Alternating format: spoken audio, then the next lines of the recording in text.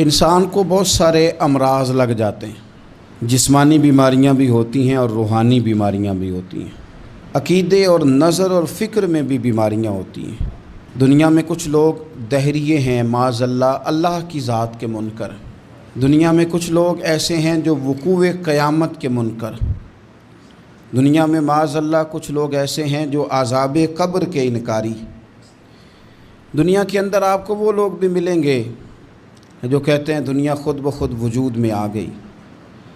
پھر آپ کو کچھ اور لوگ ملیں گے جن پر وسوسوں کا غلبہ، بری سوچوں کا غلبہ، شیطانی اور نفسانی خواہشات کا غلبہ، یہ سب بیماریاں ہیں۔ پھر کچھ امراض ایسے ہیں، حسد، بغض، عداوت، تکبر، عجب، خود پسندی، دوسروں کو حقیر سمجھنا، اپنے آپ کو بڑا جاننا، جھوٹ بولنا، جھوٹی انا کی، یہ سب بیماریاں ہیں، امراض ہیں۔ جسمانی مرض بھی بندے کو پریشان کرتا ہے، روحانی مرض بھی پریشان کرتا ہے۔ اگر آپ روحانی طور پر بیمار ہوں، آپ کے اندر حسد کی بیماری لگ جائے تو حسد کا سادہ ترجمہ کریں، پنجابی ترجمہ کریں، اپنی زبان میں ترجمہ کریں تو حسد کا معنی جلنا ہے۔ تو جس بندے کا اندر جل رہا ہو وہ سکون میں ہوتا ہے۔ اندر آگ لگی ہو حسد کی تو وہ بندہ قرار پائے گا۔ بہت بڑی بیماری ہے۔ لوگ کہتے ہیں پتہ نہیں مجھے کیا ہے، پتہ ہے آپ کو پر آپ توجہ نہیں کر رہے۔ تکبر ایک بیماری ہے۔ تکبر والا بندہ دل کی جگہ روڑا رکھ لیتا ہے، پتھر، تو اندر بندے کا سخت ہو جائے۔ وہ ہمارے ہاں لوگ کہتے ہیں کہ میری نا ٹانگوں میں بڑی درد ہے، تو پنجابی کہتے ہیں کھلیاں پہ گئی ہیں۔ وہ کیا ہے جی؟ کہتے ہیں سخت ہو گئی ہیں ٹانگیں، چلا نہیں جاتا۔ ٹانگیں سخت ہو جائیں تو گزارا نہیں ہوتا، تو دل سخت ہو جائے تو۔ اب میری بات کو سمجھیں، ہمارے اندر نا بیماریاں ہیں، ہم وہ کڑتے رہتے ہیں، وہ جلتے رہتے ہیں، وہ تکبر میں آ جاتے ہیں، عداوت ہے، بغض ہے، کینہ ہے، ماننے کو تیار نہیں ہوتے۔ یعنی دنیا میں یہ سارے لوگ کہہ رہے ہیں کہ مجھ سے حسد ہو رہا ہے، یہ کوئی بھی نہیں کہہ رہا کہ میں کر رہا ہوں حسد۔ تو اگر سب سے ہو رہا ہے تو وہ بندہ کہاں ہے جو کر رہا ہے؟ سب کہتے ہیں کہ بڑا تکبر آ گیا جی لوگوں میں، تو وہ لوگ کدھر ہیں جی جو تکبر کر رہے ہیں؟ وہ بھی، اس کو بھی تو ماننا چاہیے نا میں کرتا ہوں۔ تو یہ ساری بیماریاں، جسمانی، بلڈ پریشر، شوگر اور ہیپاٹائٹس اور معاذ اللہ کینسر، اور یہ سب بیماریاں روحانی بھی جسمانی بھی، تو یا اللہ جائیں کدھر؟ فرمایا وَنُنَزِّلُ مِنَ الْقُرْآنِ مَا هُوَ شِفَاءٌ وَرَحْمَةٌ لِّلْمُؤْمِنِينَ۔ فرمایا میں نے جو تمہیں قرآن عطا فرمایا ہے نا، تو اس میں مومنوں کے لیے شفا بھی ہے اور رحمت بھی ہے۔ یہ تمہاری تمام بیماریوں کی شفا ہے، اس میں تمام بیماریوں کی۔ ہم مریض ہیں، ہماری کل شفا قرآن پاک کے ساتھ وابستہ ہے، اور اگر صحیح طبیب تک بندہ نہ جائے تو پھر وہ ساری زندگی بیچارہ الجھا رہتا ہے، اسے کامیاب علاج میسر نہیں آتا۔ اس میں جسمانی، حضرت عائشہ صدیقہ رضی اللہ تعالیٰ عنہ فرماتی ہیں میں نے نبی پاک صلی اللہ تعالیٰ علیہ وآلہ وسلم کو نا مرض وصال تک دیکھا ہے، حضور کے وصال تک، کہ حضور قرآن پاک کی آخری 2 سورتیں پڑھ کے سورۃ فلق اور ناس اپنے ہاتھوں پہ پھونکتے تھے، پھر جسم پہ ملتے تھے۔ قرآن پاک میں شفا ہے۔ اب تو لوگوں نے دم درود کو نا اس کو بڑا ہلکا سا کام سمجھ لیا۔ ویسے بھی یہ عاملوں کے ہتھے چڑھ گیا، ملنگوں کے ہتھے چڑھ گیا، کاروبار بن گیا، تجارت بن گئی۔ ورنہ قرآن پاک کی آیات پڑھی جائیں تو حضور نے فرمایا سورہ فاتحہ میں شفا ہے، اس میں کرم ہے۔ یہ چیزیں جو بڑی ہمارے لیے سود مند تھی، فائدہ مند تھی، ہم چھوڑ گئے۔ ایک بڑی خوبصورت حدیث ہے، سنیے گا۔ حضرت ابو سعید خدری رضی اللہ تعالیٰ عنہ حدیث کے راوی ہیں، بخاری میں موجود ہے۔ ارشاد فرماتے ہیں کہ ہم ایک سفر پہ تھے، واپس آ رہے تھے، ایک جگہ رات کو قیام کیا، سونا تھا، بستی تھی۔ بستی کے لوگوں نے نہ کھانا پوچھا نہ پانی پوچھا، کوئی ضیافت نہیں کی۔ آدھی رات کا وقت آیا تو ایک بندہ دوڑا دوڑا آیا، کہنے لگا ہمارے سردار کو بچھو نے کاٹ لیا ہے، تم میں سے کوئی بندہ دم درود کر لیتا ہے؟ تو ایک صحابی کہنے لگے کر تو لیتے ہیں، پر تم نے چونکہ ہمیں کھانا پانی تک نہیں پوچھا، تم اگر دم کراؤ گے تو مفت نہیں کریں گے۔ بخاری پڑھ رہا ہوں، پیسے لگیں گے۔ کتنے پیسے؟ بکریوں کا ایک ریوڑ پورا۔ شارحین نے لکھا 40 بکریاں۔ کنے دما دیاں؟ اور بھائی اس سے کوئی بندہ جواز نہ لے کہ پیسے لینے جائز ہیں، اس سے جواز نہ حاصل کرے۔ آپ بات کو سمجھیں، پس منظر کیا ہے؟ پانی تک نہیں تم نے پوچھا۔ کچھ لوگوں کا علاج ہوتا ہے، انہوں نے کہا پیسے لیں گے دم کر دیں گے۔ صحابی نے کہا، حضرت ابو سعید خدری رضی اللہ تعالیٰ عنہ فرماتے ہیں وہ چونکہ تنگ تھے، بچھو کاٹ گیا اور سردار کو کہا چل تو صحیح نا۔ وہ صحابی گئے، سورہ فاتحہ پڑھ کے دم کیا، اور حدیث بخاری سے میں آپ کو دکھاؤں گا۔ لوگ کہتے ہیں دم کدھر سے آ گیا؟ بخاری پڑھ رہا ہوں، صحیح بخاری۔ شفا تو اللہ نے دینی ہے نا، رب کریم نے شفا دے دی۔ بکریاں لے لیں، آ گئے جہاں آرام کر رہے تھے اس جگہ، صحابہ میں اختلاف ہو گیا، کچھ کہنے لگے بکریاں لینی چاہیے تھی، کچھ کہنے لگے نہیں لینی چاہیے تھی۔ حضرت ابو سعید خدری رضی اللہ تعالیٰ عنہ فرماتے ہیں پھر ہم نے فیصلہ کیا چپ کر کے سو جاؤ، صبح حضور کی بارگاہ میں جائیں گے۔ اگر کریم نے کہا لینی چاہیے تھی پھر تو موج بن گئی، اور اگر کہا نہیں لینی چاہیے تھی تو بکریاں ہانک کے واپس کر جائیں گے۔ مسئلہ کیا ہے؟ کہتے ہیں صبح گئے حضور کی بارگاہ میں، جا کے مسئلہ عرض کیا، یا رسول اللہ انہوں نے بھی پانی کوئی نہیں پوچھا تھا، ہم نے بھی کہا دم کریں گے تو پیسے لیں گے، تو ہم نے یہ بکریاں لی ہیں۔ شارحین لکھتے ہیں 40 تھی شاید، تو یا رسول اللہ اب کیا کریں؟ حضور مسکرانے لگے، حضور مسکرانے لگے۔ جس کے گچھے سے لچھے جڑے نور کے، ان ستاروں کی نزہت پہ لاکھوں سلام، اور جس کی تسکین سے روتے ہوئے ہنس پڑیں، اس تبسم کی عادت پہ لاکھوں سلام، اور ان کی باتوں کی لذت پہ بے حد درود، ان کے خطبے کی ہیبت پہ لاکھوں سلام۔ حضور مسکرانے لگے اور مسکرا کے پوچھا اچھا پڑھا کیا تھا؟ یا رسول اللہ سورہ فاتحہ۔ فرمایا سکھائی کس نے تھی؟ کہا یا رسول اللہ آپ نے۔ فرمایا پھر آدھی بکریاں میری ہیں آدھی تمہاری ہیں، پر میرا حصہ نکالو نا بھائی۔ تو قرآن پاک میں شفا ہے، قرآن حکیم میں بڑے سے بڑا مجرم ہو، کافر ہو، فاسق ہو، ایک حدیث مشکات میں موجود ہے، اس کو آپ نے دل پہ لکھ لینا ہے چونکہ معاملہ دل کا ہے۔ نبی پاک صلی اللہ تعالیٰ علیہ وسلم نے فرمایا جس طرح بارش میں پڑے لوہے کو زنگ لگ جاتا ہے، اس طرح دل کو زنگ لگ جاتا ہے۔ تو کہتا ہے میں بور ہو رہا ہوں پتہ نہیں کیا ہے، اور زنگ لگ گیا دل کو۔ تو کہتا ہے جناب میں پتہ نہیں سارا کچھ ہے پر دل پریشان ہو، بھئی اس کو زنگ لگ گیا ہے۔ ہم کہتے ہیں یار پتہ نہیں کیا بات ہے، پریشانی ہو، بھئی دل کو زنگ لگ گیا ہے۔ کریم فرمانے لگے جس طرح بارش میں پڑے لوہے کو زنگ لگ جاتا ہے، اس طرح دلوں کو بھی زنگ لگ جاتا ہے۔ حضور دل کو زنگ لگ جائے تو کیا کریں؟ تو حضور فرمانے لگے ایک موت کو یاد کرو اور ایک قرآن پاک کی تلاوت کیا کرو، قرآن تمہیں زنگ سے شفا دے دے گا، اس کو پڑھو گے تو تمہیں لطف آئے گا۔ اور قرآن پاک کو نا جب بندہ پڑھتا ہے نا تو حضرت مولا علی شیر خدا نے فرمایا تھا قرآن پاک کبھی پرانا نہیں ہوگا، جب بھی پڑھو گے نیا مزہ ہی آئے گا، نیا سرور ہی آئے گا، نئی کیفی۔ بڑے بڑے کٹر کافر قرآن پاک سنتے تھے نا۔ ایک دن عتبہ کہنے لگا ابو جہل سے اور دیگر لوگوں سے کہ بڑی ہو گئی لڑائی، بڑی ہو گئی بحث، اس طرح کرتا ہوں میں جا کے نا تو محمد ابن عبداللہ صلی اللہ، میں جا کے بات کرتا ہوں حضور سے۔ عتبہ آ گیا کہنے لگا میں مذاکرات کرتا ہوں، سب نے کہا چل تو سیانا آدمی ہے، سمجھدار ہے، چلا جا۔ جا کے نا تو وہی باتیں جو وہ ہمیشہ کرتے تھے، نبی کریم علیہ السلام سے کہنے لگا ہم سارے آپس میں ہیں، برادری ہے، قبیلہ ہے، ایک شہر ہے، پھر بھی لڑائیاں شروع ہو گئی ہیں، جو آپ کا کلمہ پڑھتے ہیں وہ الگ ہو گئے، جو ہمارے معاذ اللہ طریقے پہ ہیں وہ الگ ہیں، تو کوئی بات چیت نہ کر لیں بیٹھ کے۔ تو حضور نے فرمایا کرو نا۔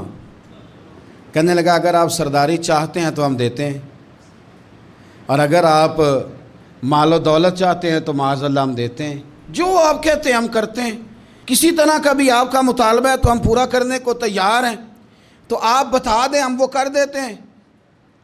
وہ بڑی اس نے لمبی چوڑی تقریر کی، جتنی آفریں گنا سکتا تھا گنوائیں، کریم خاموش رہے۔ جب اس کی بات پوری ہو گئی تو حضور فرمانے لگے میں بھی کچھ بولوں؟ کہنے لگا بولیں۔ میرے نبی پاک نے قرآن پاک پڑھنا شروع کر دیا، چند آیتیں پڑھی، کھڑا تھا بیٹھ گیا، پھر اٹھ پڑا، کبھی ادھر جاتا ہے کبھی ادھر آتا ہے۔ حضور نے تلاوت ختم کی، کہا کوئی بات کرنی ہے؟ کہنے لگا نہیں مجھے اجازت دے دے۔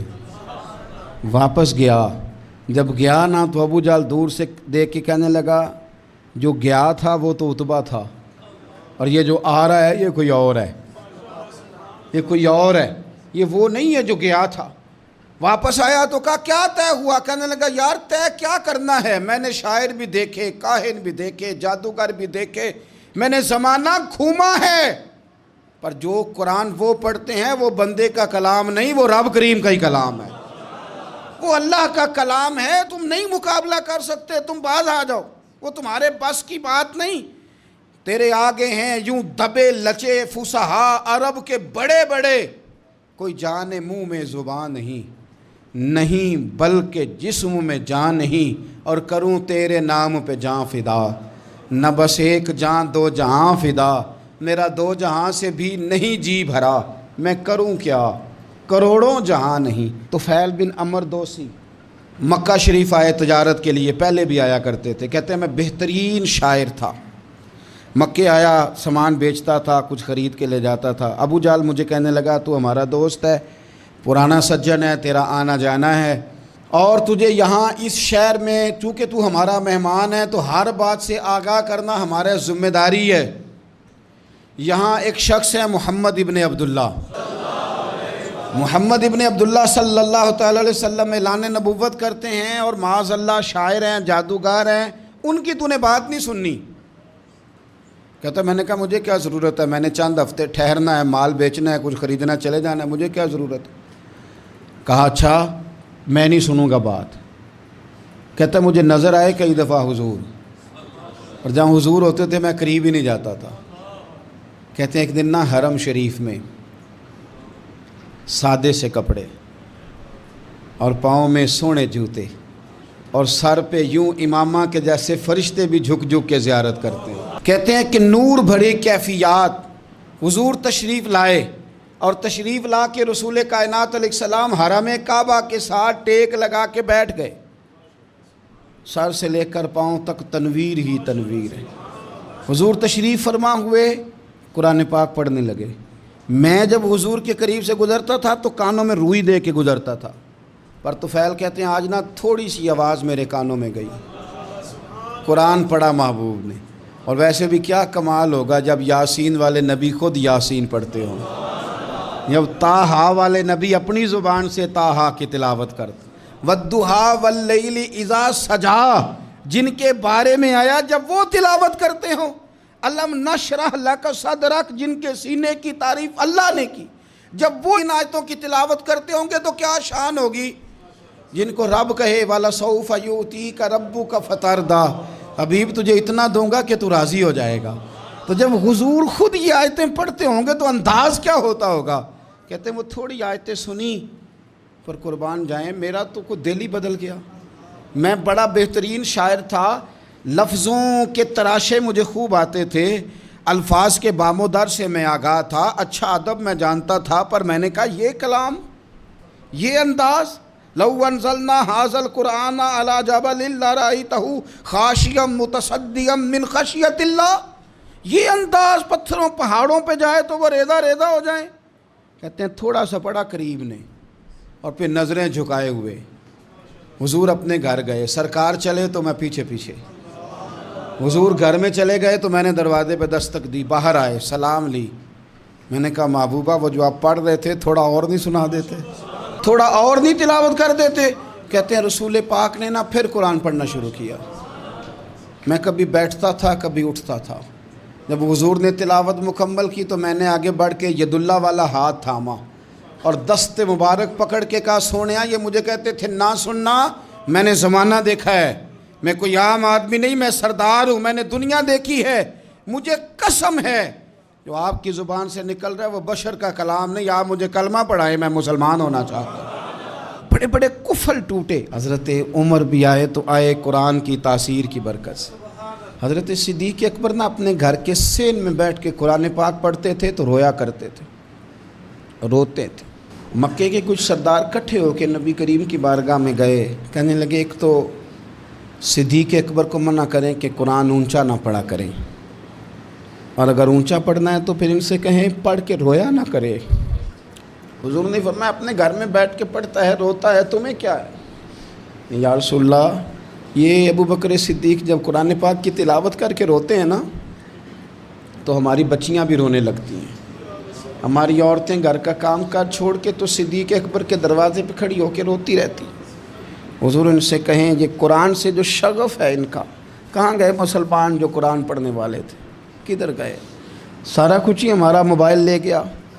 میں کس طرح یہ بات بیان کروں کہ کچھ لوگوں نے رمضان میں بھی قرآن پاک ایک بھی ختم نہیں کیا، رمضان شریف میں بھی ایک قرآن پاک کی توفیق نہیں ہوئی. لے گیا سارا کچھ، ہماری خوش گپیاں.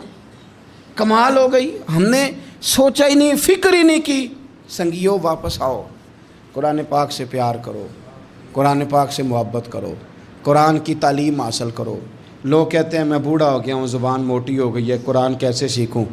38.5 سال کی عمر میں کلمہ پڑھا حضرت صدیق اکبر نے. کچھ صحابہ ان سے بھی عمر میں زیادہ تھے، تو بڑی عمر میں دین سیکھا کہ چھوٹی عمر میں سیکھا؟ ہمیں کیا ہو گیا ہے؟ قرآن پاک کی طرف توجہ کرو. میرے نبی پاک علیہ السلام نے فرمایا اس قرآن کی برکت سے اللہ قوموں کو عروج عطا کرے گا، اس کی برکت سے ہی قوموں کو زوال ہوگا. حضرت عائشہ صدیقہ کہتی ہیں حضور رات کو نماز کی نیت باندھتے تھے تو ایک ہی آیت پڑھتے تھے، ساری رات ایک ہی آیت پڑھتے رہتے تھے، روتے رہتے تھے. اور جب حضور روتے تھے تو جس طرح ہنڈیا ابلے تو آواز آتی ہے، اس طرح حضور کے سینے سے آواز آتی تھی. جبیر بن مطعم کہتے ہیں میں بدر کے قیدیوں کے بارے میں بات کرنے آیا حضور سے، تو نبی پاک مغرب کی جماعت کرا رہے تھے. جب میں مدینے پہنچا تو مسجد نبوی کے باہر کھڑے ہو کے میں نے حضور کی تلاوت سنی. فرماتے ہیں بس میں تو بات کرنے آیا تھا نا، تو وہ آیتیں سنی تو مجھے یوں لگا مجھ پہ بجلیاں گر رہی. کون ہے جو میرے دل کے کفر اور کفل دھو رہا ہے؟ بس قرآن سنتا گیا اور رب مجھے ایمان کی توفیق عطا فرماتا گیا. میں نے کلمہ پڑھ لیا، مسلمان. قرآن ہی ہمارے ہر مسئلے کا حل ہے. میں کیا کروں؟ قرآن پڑھتے ہیں ہمارے ہاں، پر قبروں پہ پڑھا جاتا ہے، پر ختموں پہ. کیا قرآن پاک کا یہ حق نہیں تھا کہ وہ شادی والے دن بھی پڑھا جاتا؟ کیا قرآن پاک کا یہ حق نہیں تھا کہ وہ اسمبلی میں بھی پڑھا جاتا؟ قرآن پاک نہ شکایت کر رہا ہے، شکایت کرتا ہے کہ ان لوگوں نے نا مجھے ختموں پہ پڑھا ہے، اسمبلی میں نہیں پڑھا. وزیر اعظم کے خطاب سے پہلے تلاوت ہوتی ہے تو یہ تلاوت کے بعد یہ اعلان کیوں نہیں کرتے کہ ہم کریں گے وہ جو قرآن کہے گا؟ صدر کے خطاب سے پہلے تلاوت کراتے ہو تو یہ کیوں نہیں کہتے کہ اب ہوگا وہ جو قرآن کہہ رہا ہے؟ اسمبلی کا اجلاس تلاوت قرآن پاک سے شروع کرتے ہو تو یہ بھی تو کہو نا قرآن کے مطابق فیصلے ہوں گے. عدالتوں میں قسمیں اٹھانے کے لیے قرآن رہ گیا ہے، اس پہ ہاتھ رکھ کے کہو جو کہوں گا سچ کہوں گا. آج کے بعد وکیل بھی ہاتھ رکھے نا قرآن پاک پہ، جج بھی ہاتھ رکھے قرآن پاک پہ، گواہ بھی رکھے، ملزم بھی رکھے، اور مدعی بھی بتائے کہ اس نے پرچہ صحیح درج کرایا ہے، اس نے صحیح درج کرایا ہے، نام صحیح لکھوائے ہیں. اور یہ سارے بتائیں جج سے لے کر ملزم تک کہ ہم فیصلہ وہ کریں گے جو قرآن پاک نے ہمیں کہا ہے. صرف قسموں کے لیے رہیں گے. 2 صورتیں پڑھنی نہیں آتی اور تم بیچ میں قرآن پاک کو لا کے قسمیں اٹھاتے ہو. وہ تاجر جو دکان شروع کرنے سے پہلے تلاوت کراتا ہے کس لیے کراتا ہے؟ کہ میں تجارت قرآن پاک کے مطابق کراؤں گا، اس لیے کراتا ہے. وہ تو کہتا ہے ذرا دکان صحیح چلے، ذرا برکت آ جائے. برکت نری تلاوت کرانے سے نہیں آئے گی، قرآن کے مطابق تجارت کر پھر زیادہ برکت آئے گی. قرآن کے مطابق قرآن کے علم کو عام کیا جائے، قرآن کے نور کو عام کیا جائے، قرآن پاک کے ادارے مضبوط کیے جائیں.